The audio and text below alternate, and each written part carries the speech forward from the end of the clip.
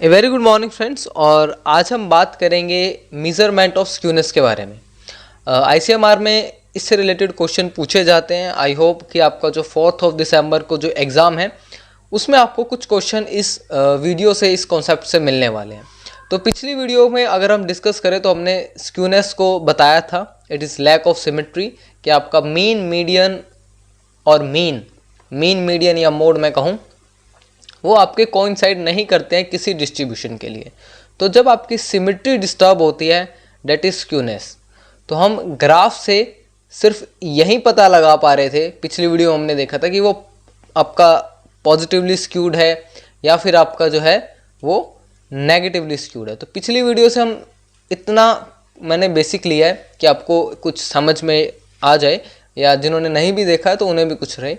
तो या तो पॉजिटिवली स्क्यूड था या नेगेटिवली स्क्यूड था, लेकिन वहाँ पर हम सिर्फ डायरेक्शन बता पा रहे थे, positive, negative, right handed, left handed. हम उसका मैग्नीट्यूड नहीं बता पा रहे थे कि कितना आपका सिमेट्री से दूर है या कितनी आपकी अनसिमेट्री है, एसिमेट्री है। तो उस चीज़ को अब हम मेज़र करेंगे, उसका मैग्नीट्यूड मेज़र करेंगे। तो सबसे पहला मेज़रमेंट की वैल्यू आप देखेंगे, डेट इज़ एब्सोल्यूट मेज़रमेंट। दूसरी आपकी जो मेज़रमेंट है वो आपकी रिलेटिव मेज़रमेंट है। एब्सोल्यूट मेज़रमेंट में हम जो यूज़ करते हैं वो हम मीन, मॉड और मीडियन का यूज़ करते हैं। तो एब्सोल्यूट मेज़र जो है स्क्यूनेस की मेज़र ऑफ एक्सटेंट, यानी कितना वो आपका सिमेट्री से डिस्टर्ब्ड है, कितना दूर है और उसकी डायरेक्शन क्या है। मीन्स वो पॉजिटिवली स्क्यूड है, नेगेटिवली स्क्यूड है, तो हम उस चीज़ को देखते हैं और उसका एक्सटेंट देखते हैं। एक्सटेंट को हम हिंदी में कहते हैं सीमा, कि उसका कितनी हम सिमेट्री से दूर है, तो उसका मैग्नीट्यूड क्या है। तो absolute measure tell us whether it is positively skewed और negatively skewed, that we talk in the previous video, कि डायरेक्शन क्या है एसिमेट्री की, वो पॉजिटिव है या नेगेटिव है। तो absolute measure find out with the help of mean, median, mode, इसको मैं आपको बता चुका हूँ। अगर डेटा आपका सिमेट्री है तो हमें सीधा सा एक बात पता है कि मीन, मीडियन और मोड आपके एक पॉइंट पर कोइंसाइड करेंगे, सो उनकी वैल्यू 0 हो जाएगी। तो आपकी कोई एसिमेट्री नहीं होगी, वहाँ पर सिर्फ आपका सिमेट्री का केस होगा। तो वहाँ पर एब्सोल्यूट मेजर्स में इनकी आप वैल्यू जब निकालेंगे तो वो आपकी बराबर आएगी, तो मीन्स आपकी सिमेट्री है जो वो 0 पर आपकी कंफर्म हो जाती है।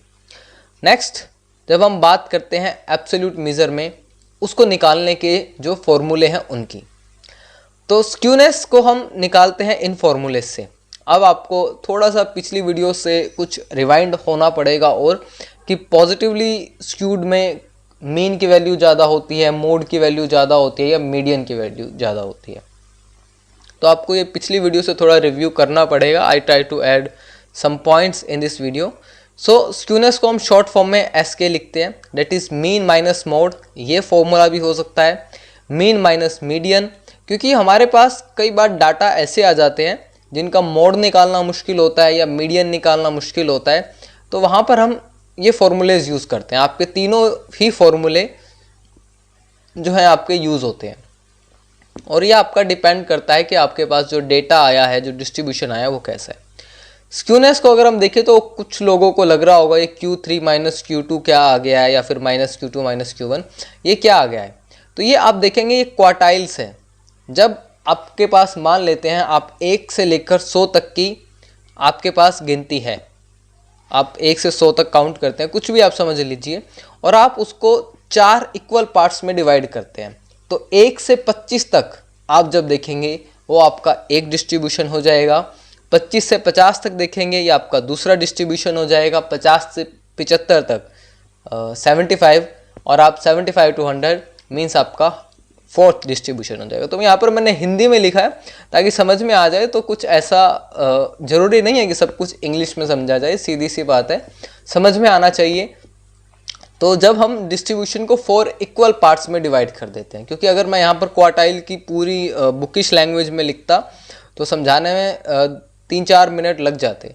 तो जब हम, जैसे मैंने आपको एग्जांपल दिया, 100 को आप 4 पार्ट्स में डिवाइड करेंगे, तो 1 से लेकर 25 तक, 25 से आपका 50, फिर 75 और 75 to 100, तो क्वार्टाइल आपका उसको कहते हैं।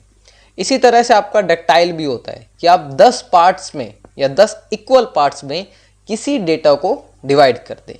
ऐसे ही जब आप बड़े लेवल पे देखते हैं जो चीज़ें आपकी शेयर मार्केट्स में यूज़ होती हैं, I think you see the scam movie web series, तो वहाँ पर क्या होता है वो बहुत बड़े लेवल पर काम करते हैं क्योंकि बहुत लोग शेयर्स खरीदते बेचते हैं, तो वहाँ पर बहुत ज़्यादा ज़रूरी होता है।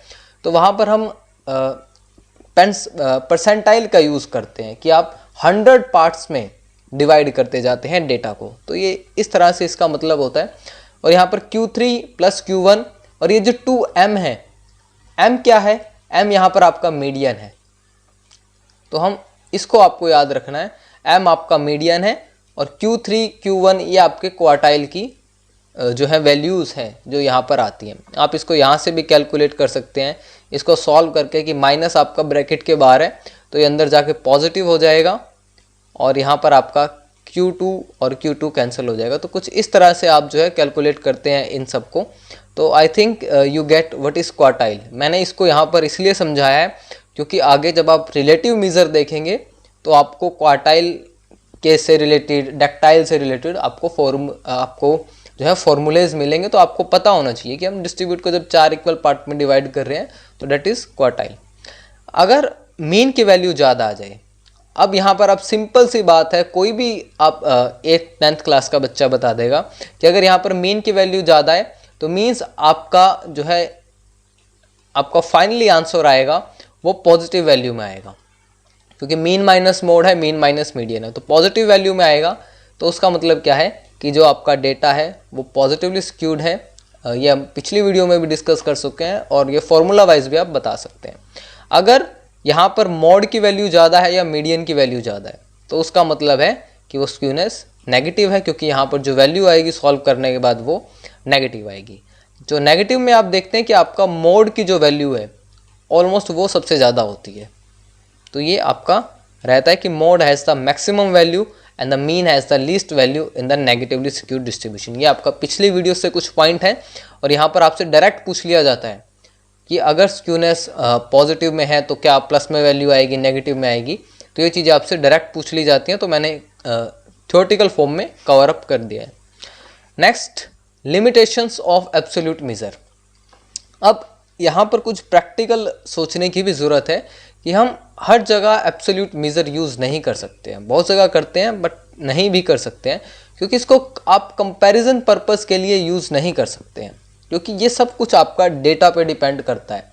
अब यहाँ पर आप सीरीज़ देख रहे हैं, एक ये छोटी सी सीरीज़ है 1 2 2 5 4 और एक ये आप बड़ी सी सीरीज़ देख रहे हैं।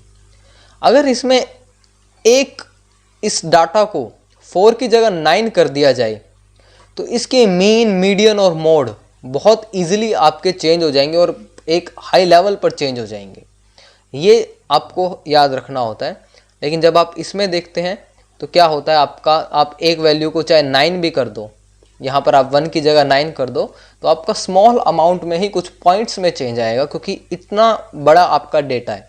तो ये एक एग्जाम्पल के तौर पे मैंने समझाने की कोशिश की है। तो हम इसको कंपैरिजन पर्पस के लिए यूज़ नहीं कर सकते हैं, क्योंकि ये आपके 2 डाटा सेट हैं, सेम अमाउंट ऑफ स्क्यूनेस अगर इसमें है भी, लेकिन इनका डिफरेंट मीनिंग है, क्योंकि इसमें छोटा सा आपका एक वैल्यू चेंज या वैल्यू एडिशन जो है एक बड़ा इफेक्ट डाल रहा है, लेकिन इसमें ऐसा कुछ भी नहीं है। तो इसलिए हम इसको आपका कंपैरिजन पर्पस के लिए यूज़ नहीं करते हैं। तो ये आपकी एक सबसे बड़ी जो है लिमिटेशन एब्सोल्यूट मेजर की यही है कि हम इसको कंपैरेटिव पर्पस के लिए या कंपैरिजन के लिए यूज़ नहीं कर सकते हैं। क्योंकि अगर मान लेते हैं इसकी मीन भी आपकी कॉमन आ गई, 4 हम इसकी लगा लेते हैं और 4 हम इसके लगा लेते हैं, तो आपको इससे क्या होगा, आपको कोई हेल्प नहीं होगी। एक आप इतने बड़े डाटा की वैल्यू निकाल रहे हैं और इसकी वैल्यू निकाल रहे हैं, तो आप जब इसका स्क्यूनेस निकालेंगे डाटा का, तो वहाँ पर जो है आपको मीडियन और मोड है वो आपके अलग हो जाएंगे, तो आपको कोइंसाइड करने में भी दिक्कत होगी, जो सिमेट्री है वो भी आपकी सेटल डाउन नहीं होगी। तो आप जो है इसमें जो है कंपैरिजन नहीं कर सकते हैं, चाहे वो डेटा के ऊपर देखें आप, मीन, मीडियन, मोड के ऊपर देखें, वो एक लिमिटेशन है। To overcome this limitation we calculate the relative measure of skewness. और यहाँ से आपका 101% क्वेश्चन पूछा गया है और पूछा भी जा सकता है इस बार भी। तो relative measure of skewness simple सी बात है। इसमें हम क्या ख़त्म कर देते हैं कि आपकी जो रिमूव कर देते हैं एब्सोल्यूट जो आपका मीज़र की जो लिमिटेशन है उसको। किस तरह से, मैंने यहाँ पर एक वैल्यू चेंज करी थी, 4 की जगह 9 किया था या 1 की जगह 9 किया था। तो इसमें हम जो आपका स्टैंडर्ड डेविएशन है या वेरिएंस है उससे हम डिवाइड कर देते हैं, जिसकी वजह से क्या होता है, ये जो आपका निकल कर आता है उसके बाद वो कोफिशिएंट ऑफ स्क्यूनेस निकल के आता है, जिसके बाद जब हम उसे डिवाइड करते हैं एब्सोल्यूट मीज़र को किसी सुटेबल मीज़र से, मींस आपका स्टैंडर्ड डेविएशन हो गया या फिर आपका वेरिएंस हो गया, तो वहाँ पर हमारे पास जो आता है वो कोफिशिएंट ऑफ स्क्यूनेस आता है जो कि इंडिपेंडेंट ऑफ यूनिट्स होता है। अब इंडिपेंडेंस ऑफ यूनिट्स, ये सारी चीज़ें आपको जब आप फॉर्मूले देखेंगे तब समझ में आएंगी कि किस बारे में बात हो रही है, क्योंकि आई डोंट थिंक कि शायद किसी को भी इतना स्टैंडर्ड डेविएशन और वेरिएंस का पढ़ा होगा। I am diploma in statics, लेकिन फिर भी कई बार हो जाता है कन्फ्यूज़न, क्योंकि थोड़ा टिपिकल सा आपका कॉन्सेप्ट रहता है। तो that is known as coefficient of skewness. जब हम रिलेटिव मीज़र की बात करते हैं तो हम कोफिशिएंट ऑफ स्क्यूनेस को लेकर ही जो है कंपेयर करते हैं। यहाँ पे आप देखेंगे जैसे आपने मीन माइनस मोड देखा था यहाँ पर, अब इसमें क्या देखेंगे, इसको हम जो है आपका स्टैंडर्ड डेविएशन से डिवाइड कर देंगे, सिर्फ आपका इतना सा चेंज होगा आपका रिलेटिव मीज़र में। ये मेरे लिए स्लाइड्स बनाना एक्चुअली काफ़ी मुश्किल था, क्योंकि इसमें मुझे ये सब लिखना प्लस माइनस और ये सब मुझसे एक्चुअली मैंने ट्राई करा कि पहले इनको लिखा जाए, इस तरह से कुछ साइन लगाए जाएं, लेकिन मेरे लिए बहुत डिफ़िकल्ट हुआ और मुझसे नहीं हुआ। तो फिर मैंने डायरेक्टली जो है ये पिक्स अपने नोट्स में से, बुक्स में से क्रॉप करके यहाँ पर कुछ ऐड किया है, सो आपको थोड़ा देखने में भी दिक्कत ना हो। तो most commonly use method of skewness that is Karl Pearson method. ये जो भी आप नाम देख रहे हैं इनका स्टैटिक्स में बहुत बड़ा रोल है। ऑलमोस्ट इन्हीं ने ही स्टैटिक्स को बनाया है, इन्हीं ने ही जो है ये आगे लेके गए हैं। तो इसमें जो कोफिशिएंट ऑफ स्क्यूनेस है, आपको ये फॉर्मूले याद रखने पड़ेंगे, क्योंकि आपसे अगर न्यूमेरिकल भी पूछा जाए तो आप बता देंगे इतना। आई थिंक कि आपको अगर मीन की वैल्यू दे दी है, स्टैंडर्ड डेविएशन की वैल्यू दे दी है, आपको मोड की वैल्यू दे दी है, तो आप कोफिशिएंट ऑफ स्क्यूनेस निकाल लेंगे। क्योंकि ऐसे क्वेश्चन आपको मिलते हैं आईसीएमआर एग्जाम में कि आपको फॉर्मूला नहीं पता होता है, आपको सब वैल्यू दी हुई होती हैं, लेकिन आईसीएमआर यही चेक करना चाहता है कि आपको फॉर्मूला पता है या नहीं पता है। सो यहाँ पर Karl Pearson coefficient of skewness को जब हम निकालते हैं, that is mean minus mode divided by standard deviation. Standard deviation को हम शॉर्ट फॉर्म में S.D भी लिखते हैं, या फिर इसे हम ऐसे ये जो आपका है इसको कुछ हम सिग्मा कहते हैं। जैसे आप आधा नया बनाते हैं तो उसे हम सिग्मा कहते हैं, उससे भी डिनोट करते हैं। तो mean minus mode that divided by standard deviation. अब ये फॉर्मूला कहाँ से आया, 3 आपका ब्रैकेट में है, 3 के बाहर ब्रैकेट है, तो मीन माइनस मीडियन, ये फॉर्मूला आपका कैसे बन गया। तो ये आपका रिलेशनशिप होता है, ये मैंने अपनी पिछली वीडियोस में डिफाइंड किया है। ये क्वेश्चन पूछा गया है कि आपका मीन, मीडियन और मीन के भी मोड के बीच रिलेशनशिप क्या होता है। तो ये रिलेशनशिप होता है, mode is equal to 3 median minus 2 mean. तो यहाँ से इसको उठाकर ऐसे रखा गया और इसे सॉल्व किया गया। यानी यहाँ पर हम देखें तो मोड की जो वैल्यू है वो यहाँ पर रखी गई है 3 मीडियन माइनस 2 मीन, इसलिए 3 आपका कॉमन हो गया। तो आपको कंफ्यूज होने की ज़रूरत नहीं है कि दूसरा फॉर्मूला कहाँ से आया है, ये आपका रिलेशनशिप ही है मीन, मोडियन और मोड का, वहीं से आया है। So if mean is greater, simple सा जैसे हमने देखा था, मीन की वैल्यू ज़्यादा है तो पॉजिटिव स्क्यूड है, अगर मीन की वैल्यू कम है तो दैट इज़ नेगेटिवली स्क्यूड है। अब यहाँ पर एक क्वेश्चन जो आपका पेट क्वेश्चन रहा है अब तक आईसीएमआर का, जब आप ये वाला फॉर्मूला यूज़ कर रहे होते हैं, ये पहले वाला, तो उसमें क्या होता है कि आपकी जो कार्ल पियर्सन कोफिशिएंट यानी इसकी जो वैल्यू है वो आपकी +1 या फिर -1 होती है, या हम कह सकते हैं +1 to -1 होती है। क्योंकि अगर आपका 0 आया तो डैट मीन्स वो सिमेट्री पे है, तो +1 to -1 होती है। तो ये आपका इस चीज़ के लिए है कि अगर आप जब ये वाला फॉर्मूला यूज़ कर रहे हैं तो ये आपको सीधा ऑप्शंस में मिलते हैं।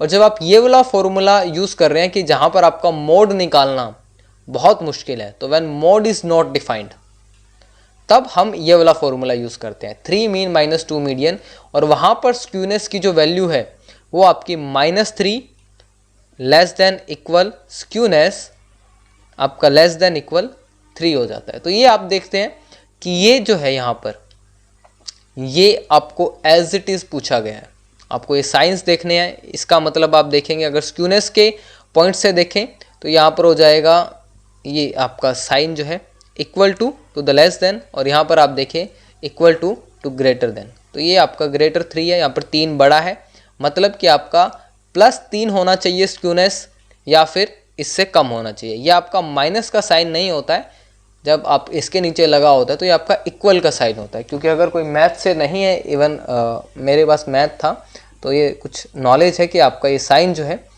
कि आपका स्क्यूनेस जो है 3 से कम होना चाहिए या फिर 3 होना चाहिए।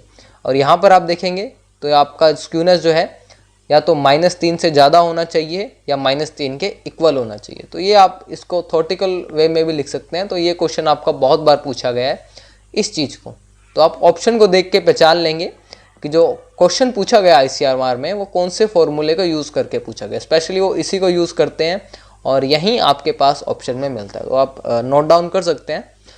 नेक्स्ट अगर हम बात करें बॉलेस कोफिशिएंट ऑफ स्क्यूनेस, इनका बहुत बड़ा रोल है एक्चुअली। आप देखेंगे स्टैटिक्स में हर जगह आपको ये मिलेंगे। तो this method is based on the quartiles. I hope कि अब आपको क्वार्टाइल्स समझाने की ज़रूरत नहीं है मुझे। तो ये इनका फॉर्मूला है। जैसे आप वहाँ पर वो फॉर्मूलाज देख रहे थे तो वहाँ पर हमने आप देख चुके हैं Q3 + Q1 - 2m, तो ये चीज़ आप देख चुके हैं। बस इसे अब हमने डिवाइड कर दिया है Q3 - Q1। तो ये आपके सिंपल से आपके फॉर्मूलेज हैं, डायरेक्ट फॉर्मूलेज हैं। Q3 आपका 3rd क्वार्टाइल है, Q1 आपका 4th क्वार्टाइल है। अब इसको याद कैसे किया जाए, इसके लिए मेरे पास एक आपके लिए ट्रिक है, या आप कुछ भी लगा लो। क्वार्टाइल्स का मतलब 4 होता है एज यूजुअल।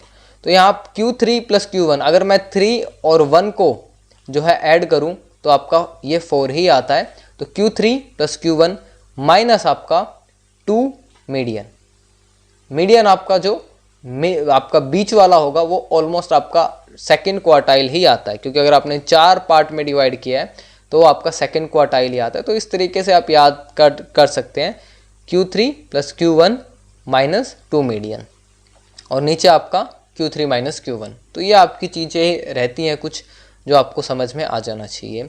तो ये आपका बॉलेस कोफिशिएंट ऑफ स्क्यूनेस है, जहाँ पर हम डिवाइड कर रहे हैं और जिसकी वजह से जो आपकी यूनिट्स हैं वो आपकी ख़त्म हो रही हैं। तो the value of skewness is 0, that means it is asymmetrical distribution. अगर वैल्यू 0 से ज़्यादा है तो आपका पॉजिटिवली स्क्यूड होगा, 0 से कम है तो आपका नेगेटिवली स्क्यूड होगा। तो the value lies between -1 to +1, जैसा कि आपने यहाँ पर देखा था जब हमने ये वाला फॉर्मूला यूज़ किया था -1 + 1। तो ये आपका इसका केस था। तो that is Bowley's coefficient of skewness. यहाँ पर आपको सिर्फ फॉर्मूलेज याद रखने हैं और ये याद रखना है कि ये किस बेसिस पर है।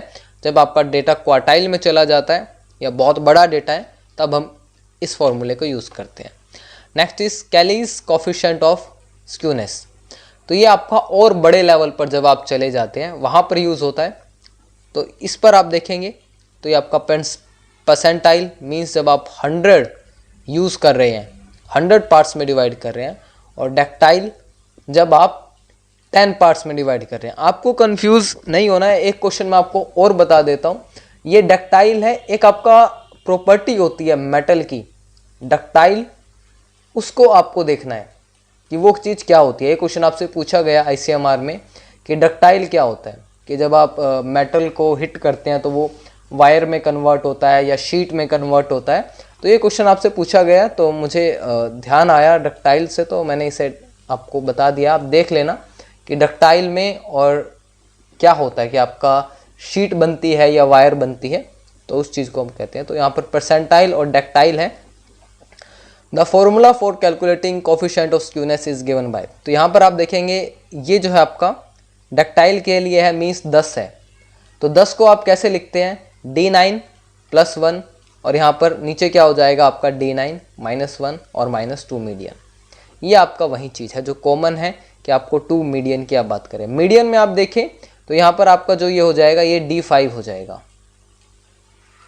आपको आप इस तरीके से भी कर सकते हैं कि आपकी जो D5 की वैल्यू है वही आपकी हमेशा एज इट इज़ जो है मीडियन की वैल्यू आती है। तो यहाँ पर 9 + 1 10 हो जाएगा और 2D5 देखेंगे तो ये भी 10 हो जाएगा। तो ये एक ट्रिक है रिमेंबर करने का जो मैं यूज़ करता हूँ एक्चुअली जब फॉर्मूलेस बहुत ज़्यादा हो जाते हैं।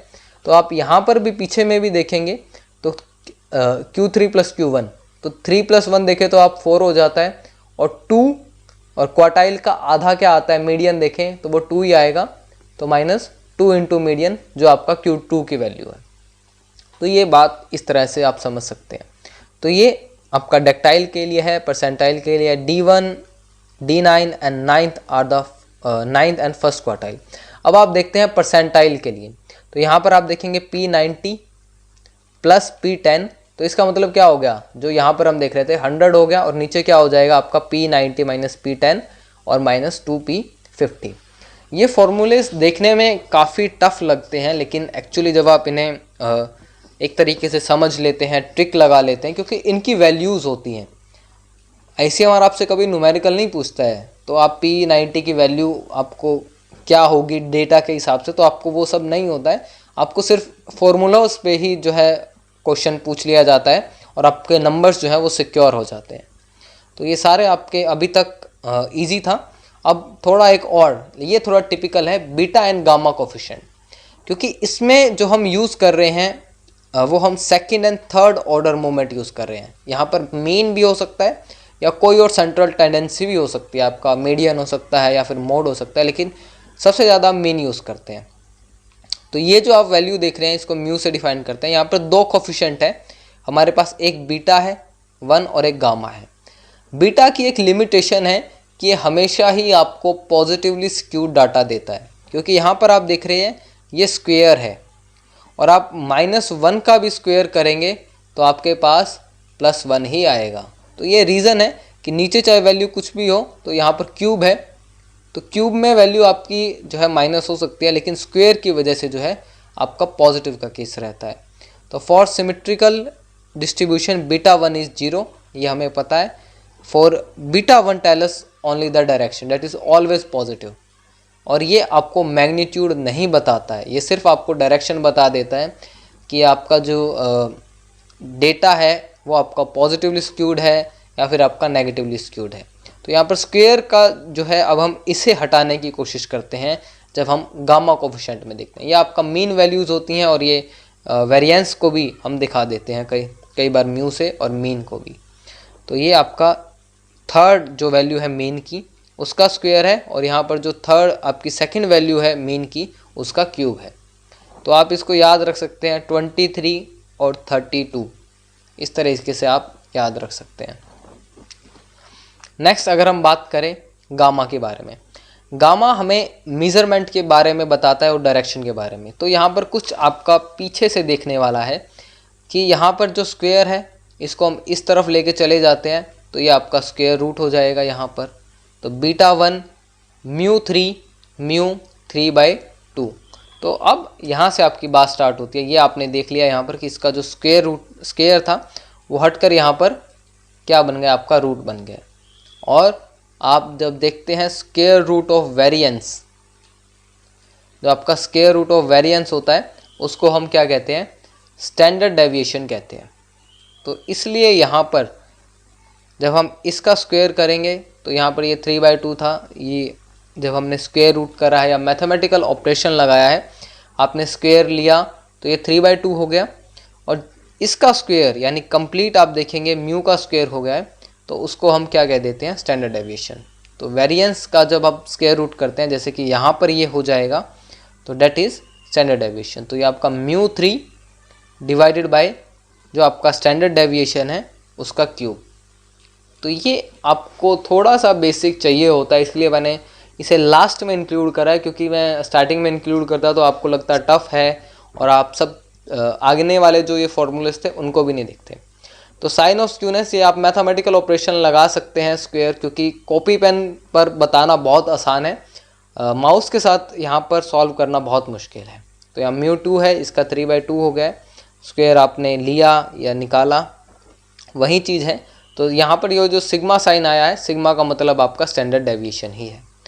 तो अगर पॉजिटिव वैल्यू आती है μ3 की तो वो आपका पॉजिटिव स्क्यूनेस होगा, अगर नेगेटिव वैल्यू आती है तो वो नेगेटिव होगा।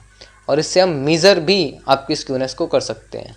तो ये आपकी चीज़ें हैं जो आपको समझ में आ जानी चाहिए थी। आई होप एक बार मैं आपको समराइज़ कर देता हूँ ताकि आपको याद हो जाए, क्योंकि एग्ज़ाम पास है।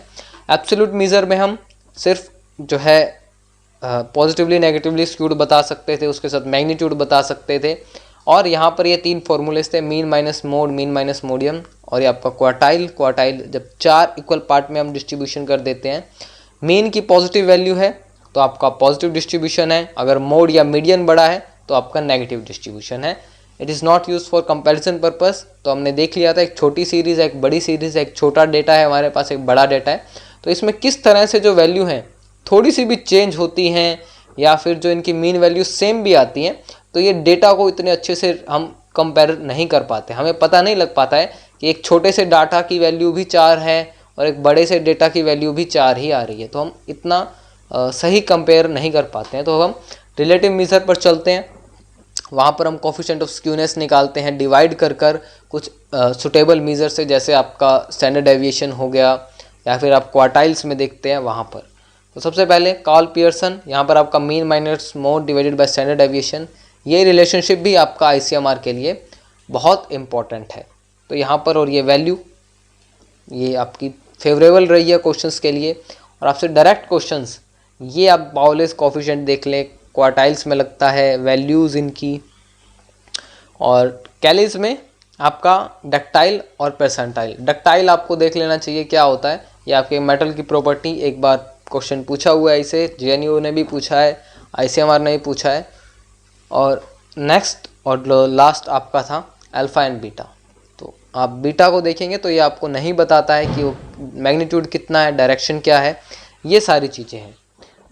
गामा आपको बताता है डायरेक्शन क्या है और सब के बारे में। So I hope you like the video. You can press the subscribe button for your support. Thank you so much, and I will try my best to cover up more topics in the coming time.